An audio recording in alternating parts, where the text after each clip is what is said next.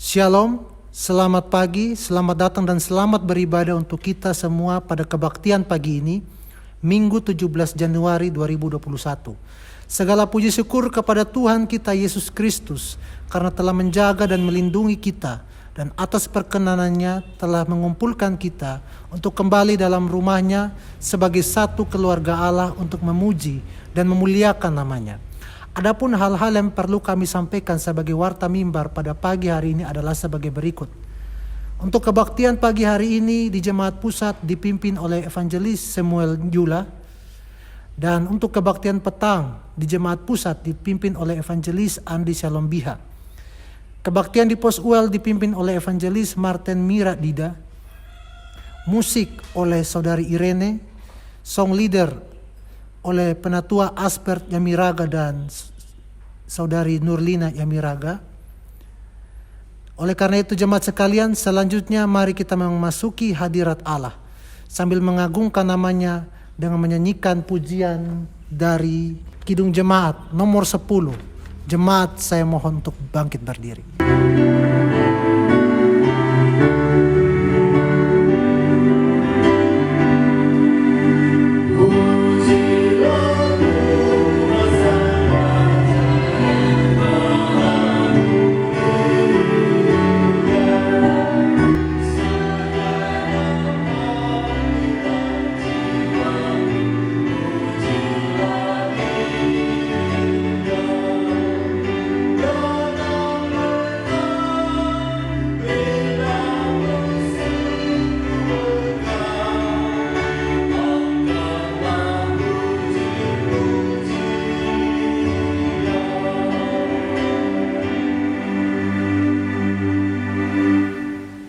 Pertolongan kita dalam kebaktian pagi ini adalah dalam nama Tuhan yang menjadikan langit dan bumi.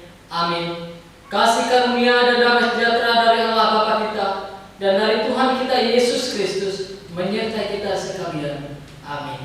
Mari kita memuji dan memuliakan nama Tuhan dari Kidung Jemaat nomor 33 ayat ke-1. Suaramu dengar memanggil diriku dan seterusnya.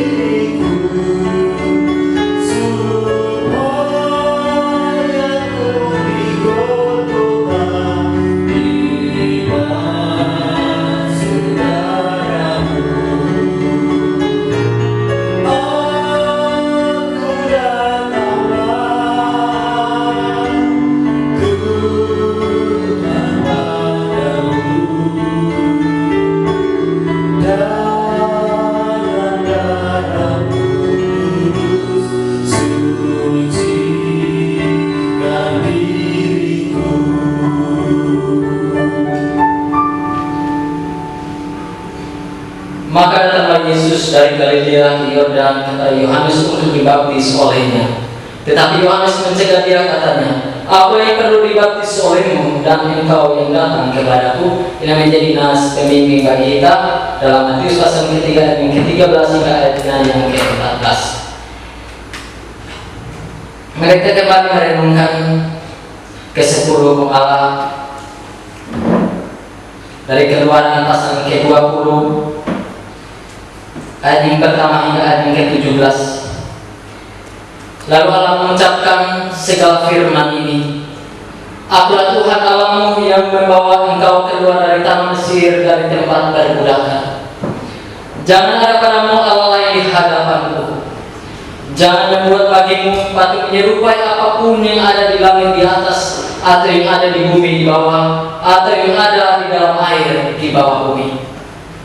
Jangan sujud menyembah kepadanya atau beribadah kepadanya, sebab aku Tuhan Allahmu adalah Allah yang cemburu, yang membalaskan kesalahan bapa kepada anaknya, kepada keturunan yang ketiga dan keempat dari orang-orang yang membenci aku." Tetapi aku menunjukkan kasih setia kepada beribu-ribu orang, yaitu mereka yang mengasihi aku dan yang berpegang pada perintah-perintahku. Jangan menyebut nama Tuhan Allahmu dengan sembarangan, sebab Tuhan akan memandang bersalah orang yang menyebut namanya dengan sembarangan.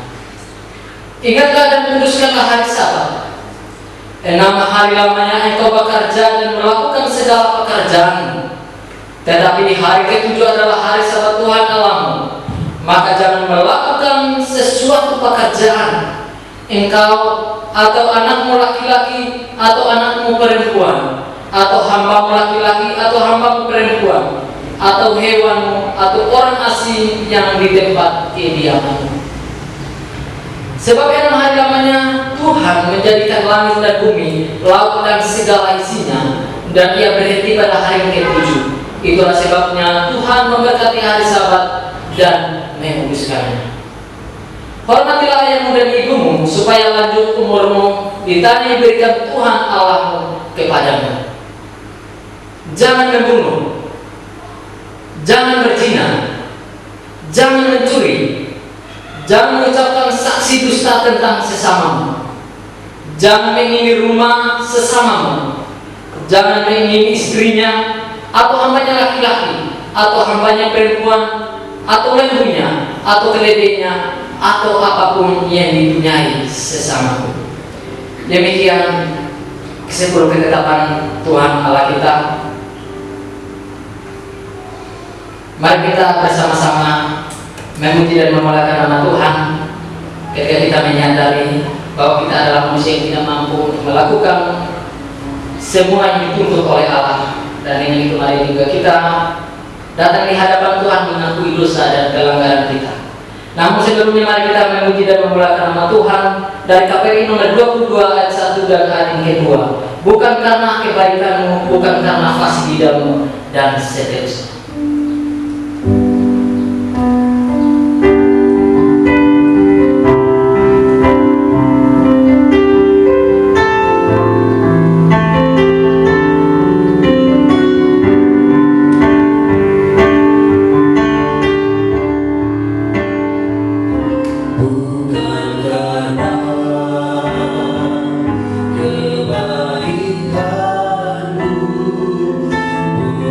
bukan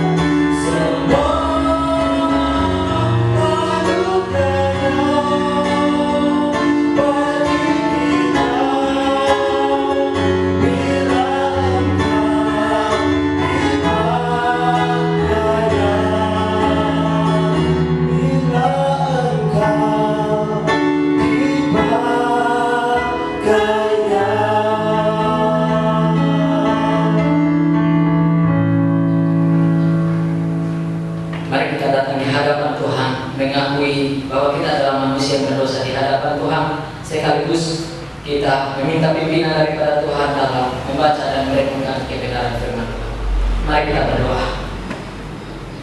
Benar ya Tuhan, kami mengaminkan pujian kami, bahwa bukan karena kehebatan kami, bukan karena segala sesuatu yang ada dalam hidup kami sehingga Engkau memilih kami, namun karena kasih dan anugerah semata daripada Tuhan, Engkau memilih kami untuk menjadikan orang-orang yang berkenan di hati Tuhan. Dan dengan itu ya Tuhan, kami bersyukur atas segala yang telah Engkau lakukan. Dan pada kesempatan ini ya Tuhan, kami telah memuji dan memuliakan nama Tuhan. Dan atas kelayakan telah Engkau berikan kepada kami, pengampun yang terus Engkau berikan kepada kami, Engkau melayakan kami untuk datang di hadirat Tuhan. Dan di tengah-tengah ini ya Tuhan, kami meminta pengampunan daripada Tuhan. Kami meminta memohon kasih anugerah pengampunan daripada Tuhan, untuk melayakan kami, terus kami masuk dalam hadirat dan menikmati segala anugerah Tuhan. Terima kasih ya Tuhan. Dan di tengah-tengah ini juga ya Tuhan, kami rindu untuk dilawat oleh kebenaran firman. Kami mohon kiranya Engkau ya Tuhan boleh memimpin setiap hati dan pikiran kami, sehingga ketika kami membaca dan merenungkannya, boleh masuk dengan leluasa dalam hati dan pikiran kami, dan berikan kekuatan kepada kami untuk melakukan firman-Mu dalam hidup dan kehidupan kami hari lepas hari, sehingga kami menjadi pelaku-pelaku daripada firman.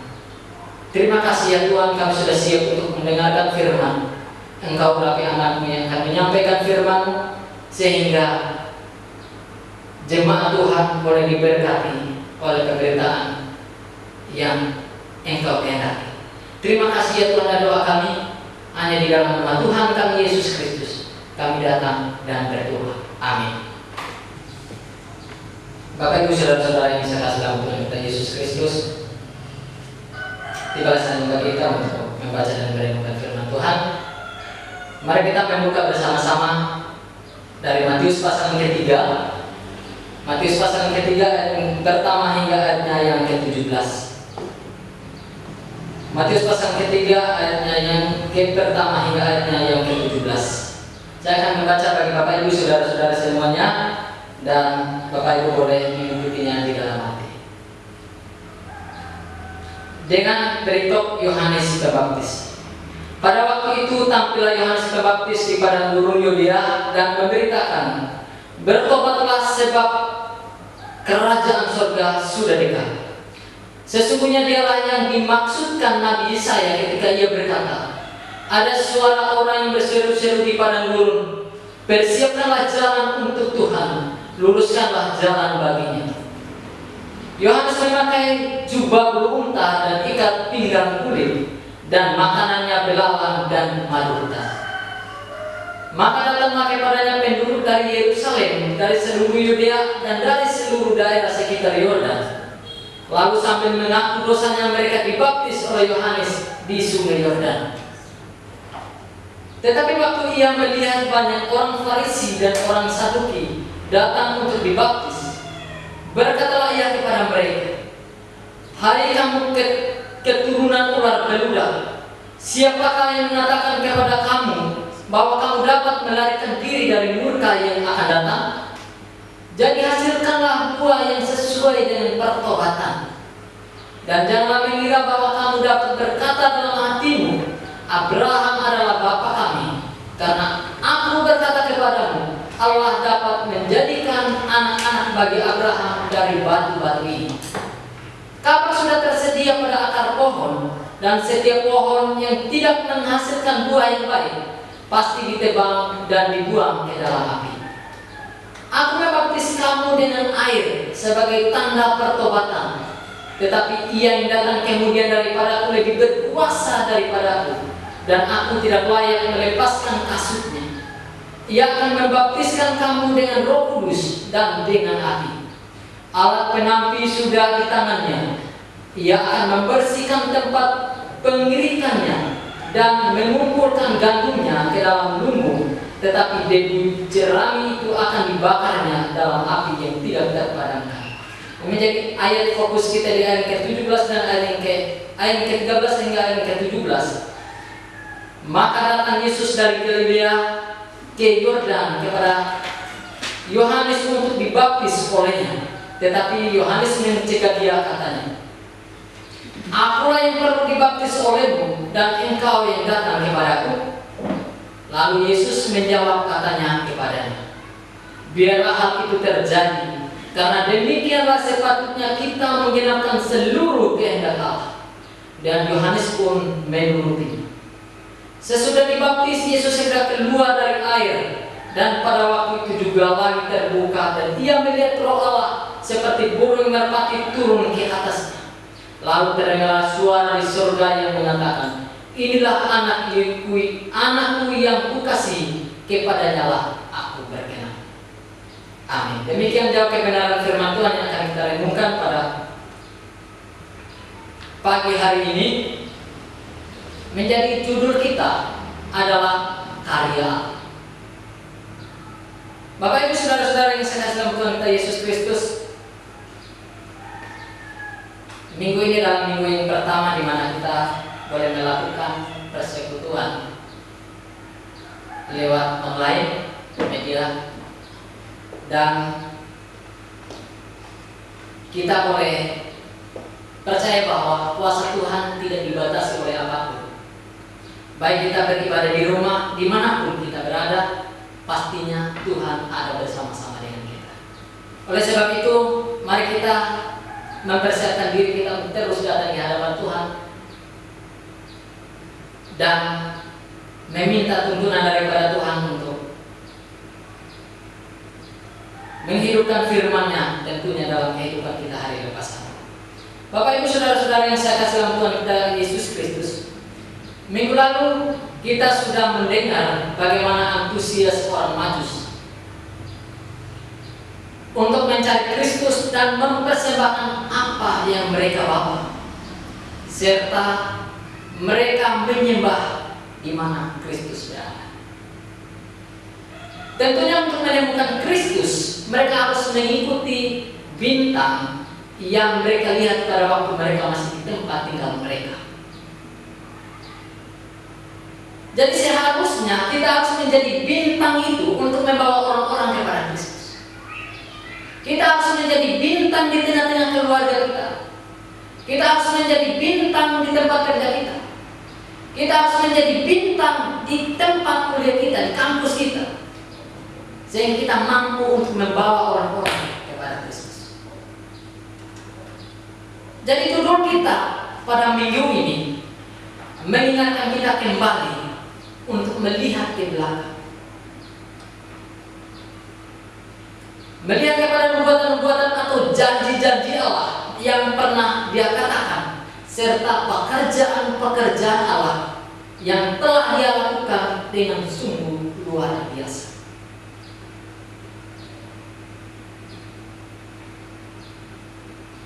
Jadi Bapak Ibu saudara-saudara yang saya kasih dalam Tuhan kita Yesus Kristus, Yohanes Pembaptis merupakan penggenapan dari janji Allah, di mana tugas dia adalah mempersiapkan umat yang layak untuk menyambut Tuhan.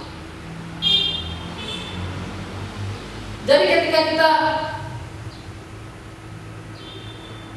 melihat dalam perenungan kita pada kesempatan ini, di mana Yohanes Pembaptis tampil di padang gurun Yudea dan menyerukan pertobatan kepada orang Israel.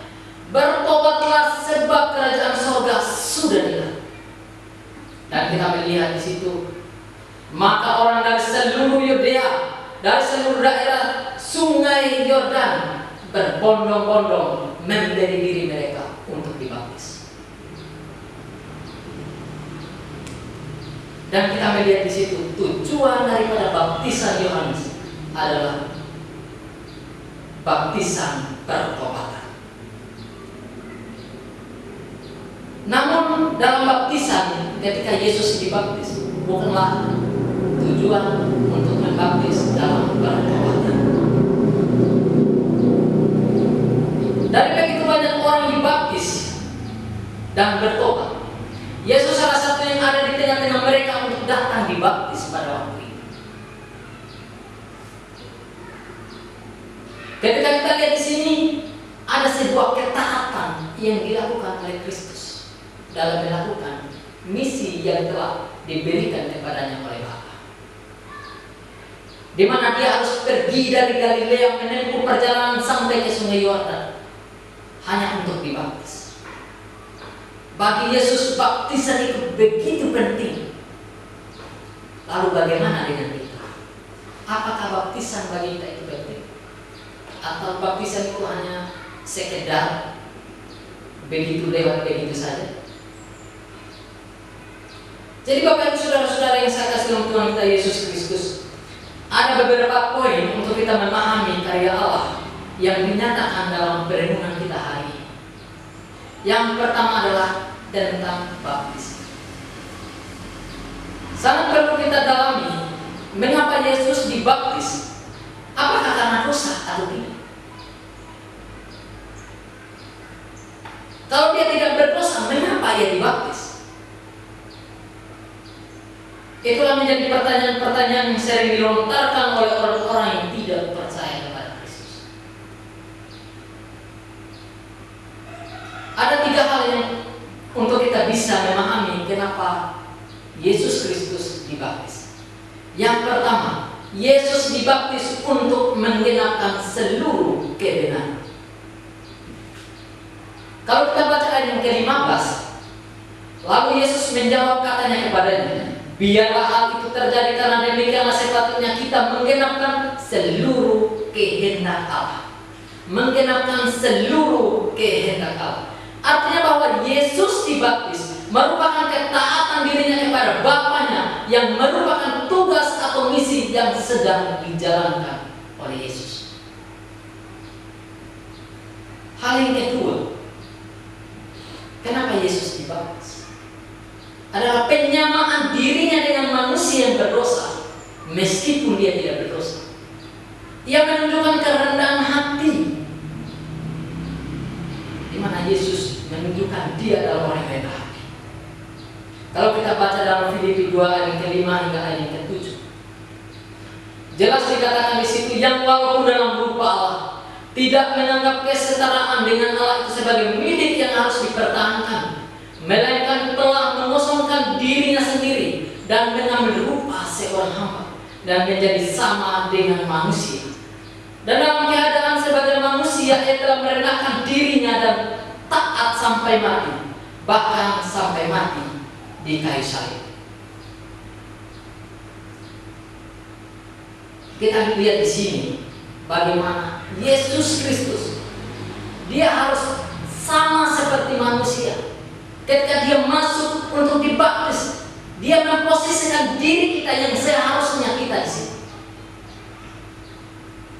Sehingga Yesus dibaptis bukan karena dia berdosa, tetapi memposisikan dia, menyamakan diri dia sebagai manusia.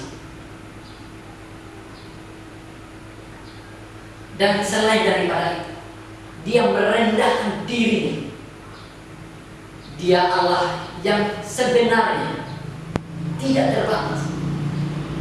Dia datang ke dunia menyamakan dirinya sebagai manusia. Bapak Ibu Saudara-saudara, ketika saya KKN dulu waktu di Sabu, saya mempunyai gaya tersendiri untuk masuk dalam kehidupan orang-orang, anak pemuda-pemudi yang hidupnya masih bebas meskipun mereka hidup dalam kekristenan. Saya pakai baju kaos dari dalam dan saya pakai baju kemeja tanpa dikancing, serta pakai topi menghadap ke belakang untuk menunjukkan bahwa diri saya juga itu seperti mereka, meskipun saya tidak pernah melakukan seperti yang mereka lakukan. Karena ketika kita masuk dengan orang yang rapi, pakai dasi, pakai jas, dan masuk kepada mereka, pastinya mereka tidak akan terbuka dengan kita. Jadi hal yang harus saya lakukan adalah menjadi sama seperti mereka, supaya saya bisa menyelamatkan mereka. Dan dengan itu saya melihat kehidupan mereka yang begitu jauh dari Tuhan. Mereka mabuk-mabukan, pesta pora, dan itu adalah suatu kebanggaan bagi mereka. Dan dari situ saya mulai mulai bercerita dengan mereka. Mereka mulai membuka diri. Dan puji Tuhan, ada beberapa yang mau dan ada juga yang tidak. Tetapi yang saya tekankan di sini bagaimana saya cara masuk kepada mereka. Demikian juga dengan Kristus, dia harus menjadi sama seperti manusia karena dia mau menyelamatkan manusia. Dia tidak mau menyelamatkan semut. Kalau mau menyelamatkan semut, pasti dia akan menjadi semut. Tetapi karena dia mau menyelamatkan manusia, maka dia harus menjadi manusia. Menjadi sama seperti manusia dan hidup seperti manusia, meskipun kehidupan dan yang dilakukan oleh manusia itu tidak dilakukan oleh Kristus. Jadi Bapak Ibu Saudara-saudara yang saya kasih dalam Tuhan kita Yesus Kristus, poin yang kedua dalam karya Allah adalah keberadaan Kristus. Banyak orang beranggapan bahwa Tuhan Yesus hanyalah manusia biasa. Dia itu bukan Tuhan. Dia itu hanyalah nabi. Dan tentunya dia bukan dari surga. Orang-orang pada masa kehidupan Yesus pun berpendapat seperti itu. Mereka menganggap bahwa Yesus itu bukan siapa-siapa. Yesus itu hanya anak tukang kayu. Dan oleh sebab itu, saudara-saudara yang saya kasih dalam Tuhan kita Yesus Kristus, mari kita melihat dari manakah keberadaan Kristus. Yang pertama kita lihat dari pernyataan Yohanes tentang keberadaan Kristus. Yohanes 1 ayat ke-1 dikatakan, pada mulanya adalah firman. Firman itu bersama-sama dengan Allah, dan firman itu adalah Allah. Di ayat yang ke-14 dikatakan firman itu telah menjadi manusia dan diam di antara kita, dan kita telah melihat kemuliaannya, yaitu kemuliaan diberikan kepadanya sebagai anak tunggal Bapa, penuh kasih karunia dan kebenaran. Jadi Yohanes memberikan kesaksian tentang dia dan berseru katanya, inilah dia yang kumaksudkan ketika aku berkata, kemudian daripada aku akan datang dia yang telah mendahului aku, sebab dia telah ada sebelum aku. Jadi kita melihat di sini Yohanes Pembaptis menjelaskan bahwa sebelum Yohanes ada, dia sudah ada. Jadi Yohanes Pembaptis melihat dan merujuk kepada keberadaan Kristus yang kekal, bahwa dia itu berasal dari surga dan dia itu adalah Allah. Yang kedua, pernyataan dari Kristus sendiri. Kata Yesus kepada mereka, aku berkata kepadamu sesungguhnya sebelum Abraham jadi, aku telah ada. Tentunya ini bangsa Israel merasakan bahwa kok kamu anak kemarin ngaku-ngaku bahwa kamu lebih dahulu daripada Abraham. Tetapi inilah kenyataan, kebenaran yang sesungguhnya, bahwa dia sudah ada sebelum Abraham karena dia ada dalam kekekalan. Karena dia sudah ada sejak dahulu dan dia akan ada sampai selama-lamanya. Jadi kita bisa simpulkan bahwa keberadaan Kristus bukanlah dari dunia, melainkan dari surga bersama dengan Allah Bapa. Bapak Ibu Saudara-saudara yang saya kasih dalam Tuhan kita Yesus Kristus, poin yang ketiga daripada karya Allah adalah penyingkapan pribadi Allah. Ketika kita membaca dalam perenungan kita,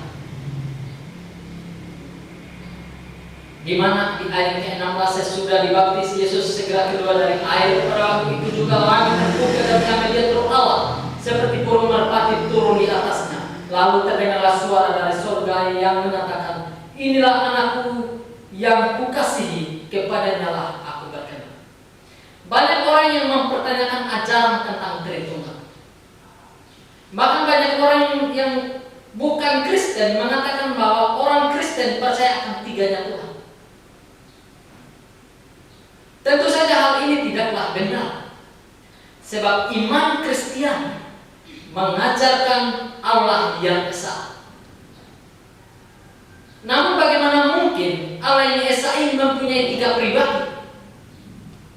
Dan untuk memahami hal ini, memang diperlukan keterbukaan hati untuk memandang Allah dari sudut pandang yang mengatasi pola berpikir manusia.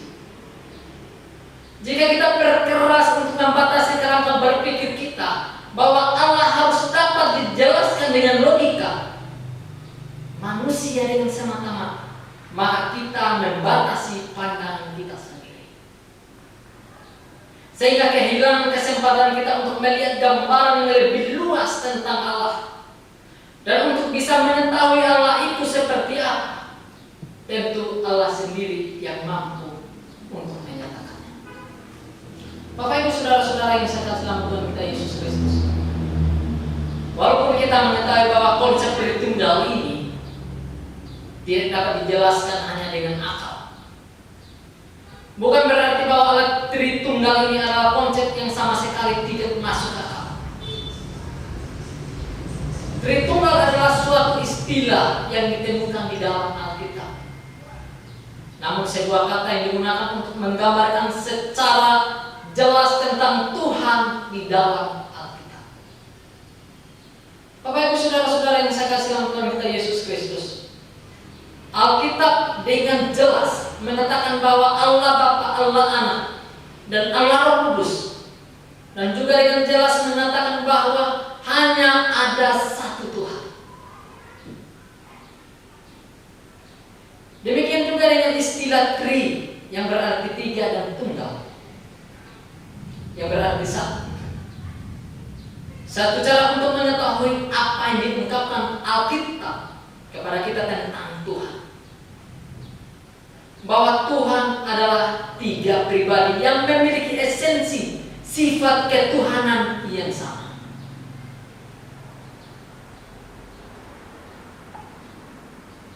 Banyak orang beranggapan bahwa Allah itu satu pribadi tapi memiliki 3 pekerjaan. Contoh seorang bapak kalau di rumah itu sebagai kepala keluarga, kalau di sekolah itu sebagai guru, dan kalau di gereja itu sebagai majelis. Dan ketika bapak pergi ke sekolah, di rumah dan di gereja tentunya bapak tidak ada. Ketika bapak pergi ke gereja, tentunya sekolah dan rumah bapak tidak ada. Jadi untuk menyatakan bahwa Allah itu adalah satu pribadi, 3 pekerjaan, itu tidak bisa. Karena ketika kita membaca ayat ini, di mana ketika Yesus dibaptis, Roh Kudus datang dalam rupa merpati. Allah berbicara dari atas. Bapa berbicara dari atas, inilah anak yang kukasihi, kepadanya lah aku berkenan. Kalau Allah itu satu pribadi, tentunya ketika Yesus datang surga kosong.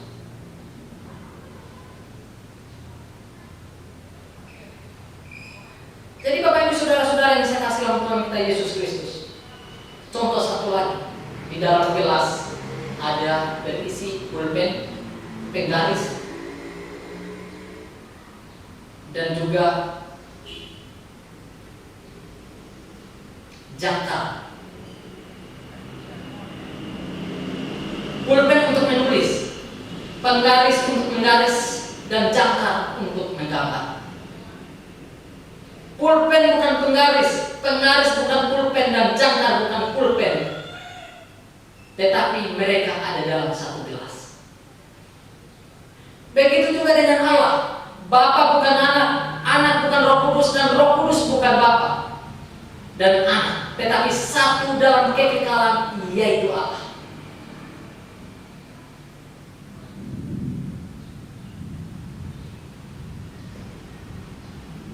Jadi Bapak Ibu saudara-saudara yang saya kasih dalam Tuhan kita Yesus Kristus, memang kita tidak bisa memahami dengan sempurna tentang pribadi Allah. Sejauh mana Allah menyatakan dirinya, sejauh itu juga yang akan kita tahu. Dan Allah telah menyatakan dirinya, yaitu 3 pribadi. Allah Bapa, Allah Anak, dan Allah Roh Kudus, yang ada dalam satu esensi, satu kekekalan, yaitu Allah. Bapak Ibu saudara-saudara yang saya kasih dalam Tuhan kita Yesus Kristus, menjadi kesimpulan bagi kita dalam karya Allah pada minggu ini,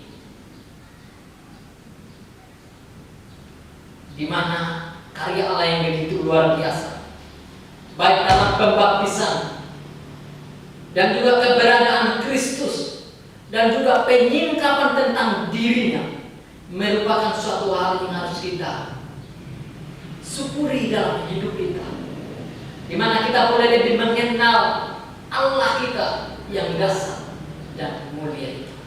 Amin. Bapak Ibu saudara-saudara yang saya kasih dalam Tuhan kita Yesus Kristus, saya mengundang jemaat Tuhan untuk mari kita memperbarui iman kita dengan pengakuan iman rasuli di hadapan Tuhan. Mari kita mengucapkannya bersama-sama di hadapan Tuhan. Mari kita katakan, aku percaya kepada Allah Bapa yang Halik langit dan bumi, dan kepada Yesus Kristus yang tunggal Tuhan kita, yang dikandung daripada Roh Kudus, lahir dari anak darah Maria, yang menderita di bawah pemerintahan Pontius Pilatus, disalibkan, mati dan dikuburkan, turun ke dalam kerajaan maut. Pada hari ketiga bangkit pula dari antara orang mati, naik ke surga, duduk di sebelah kanan Allah, Bapa yang Maha Kuasa, dan akan datang dari sana untuk menghakimi orang hidup dan yang mati. Aku percaya kepada Roh Kudus, gereja yang kudus dan am, persekutuan orang kudus, pengampunan dosa, kebangkitan lagi, dan hidup yang kekal.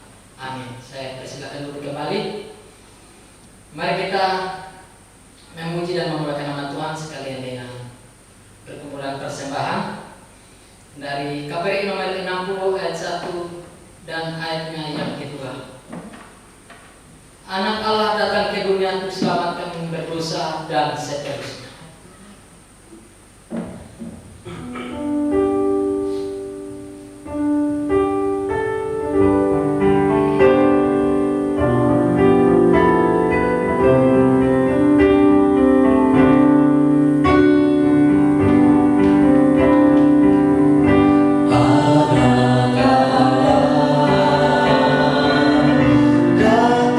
ke